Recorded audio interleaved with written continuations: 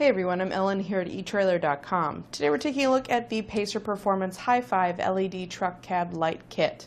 Now this is going to give us that big rig look on the top of our truck and help also to give us a little bit more visibility, or at least give other drivers a little bit better heads up when we're coming down the road, especially in inclement weather. Maybe it's pretty foggy outside, going through some heavy rain, snow, whatever the case might be. So it gives our truck that better visibility as we're coming down the highway. Now this is styled after the 1994 through 1998 Dodge factory roof lights, so it should be a match for those. Of course, if you want to add it on any vehicle, you can. The only thing that I would say is that you do have to do some drilling to get this installed, so that's one thing to keep in mind. To get the mounting hardware in there, you do need to drill some holes, so you'll have 2 holes at least per light for those mounting holes on the top there, or on either side. So it's going to give you a total of 10 holes to drill into your cab, into the roof line, and you might also want to drill a 3rd hole to allow your wiring to go through. So if that's a deal breaker for you, just letting you know that right up front, that you do have to make some modifications to your truck to get them installed. But we're going to get everything that you see laid out on the table here. So we'll get our light housings, the wiring sockets, our LED bulbs. We also get our incandescent bulbs as well, just kind of as a freebie, so you can use these in a pinch. They are a 194 style bulb, so a lot of different things use these, including interior lights and other things, so not a bad thing to keep on hand, but you don't really need them for this kit. We'll also get our wiring bundle. So this is going to have our fuse and our wiring to get things hooked up to our battery.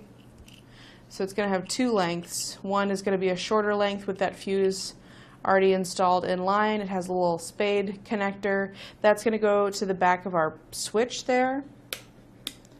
The other length of wire is a bit longer. It also has a little spade terminal, so that's going to go to the other side of our switch to provide our power. So this fuse side will run to our battery, hook it up.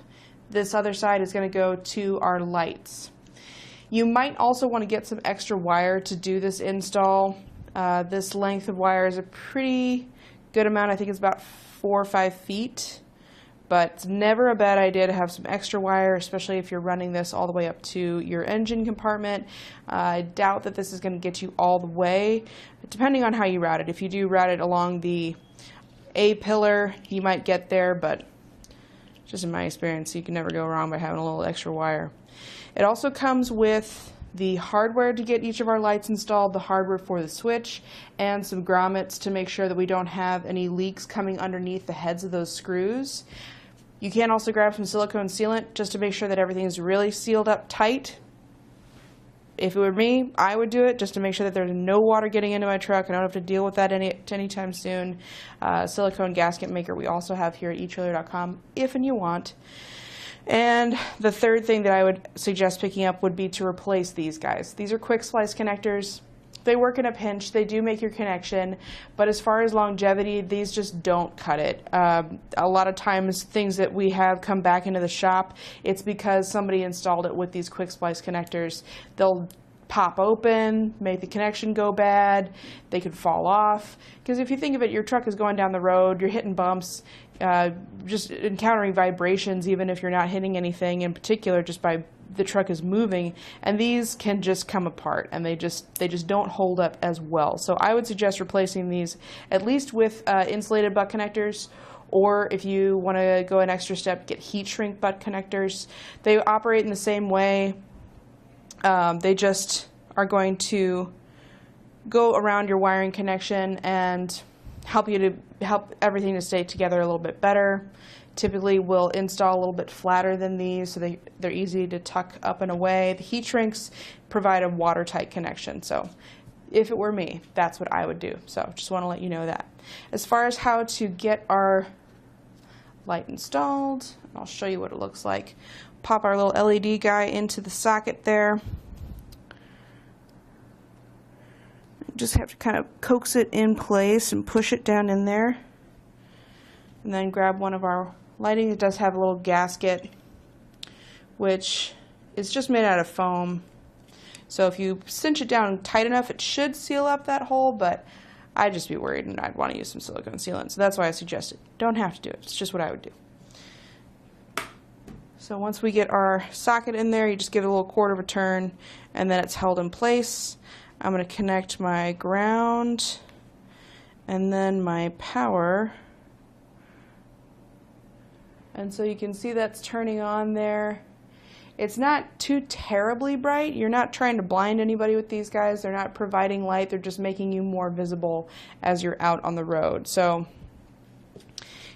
they're not really designed to be super, super bright. Just enough to give you that light. I'm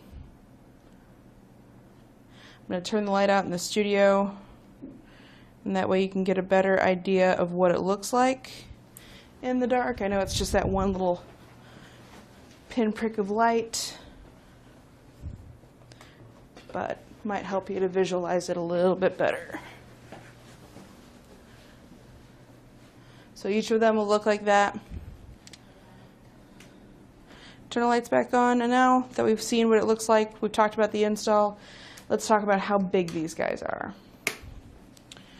So take my socket out, set that to the side. So each of our lights are going to be the same size, front to back, about 3 13/16 long, or about just over 3 3/4 inches.